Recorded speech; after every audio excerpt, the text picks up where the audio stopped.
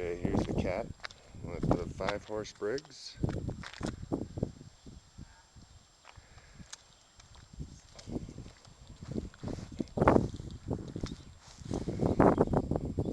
And for Mark and Rob, I wanted to show you something. I think I contacted both of you a while back about getting this band brake on the engine because it has a different bolt pattern than the 3.5 horse. Found a guy named Dan on oldminibikes.com who makes these brackets specifically for the Briggs 5-horse for this bolt pattern, so you can use a band brake, and it works really good. Sells them for 20 bucks shipped for Old Mini Bikes members, or 25 for not a member. So I don't know if you're going to be able to see me. I'm going to put the camera down, but let's get it started.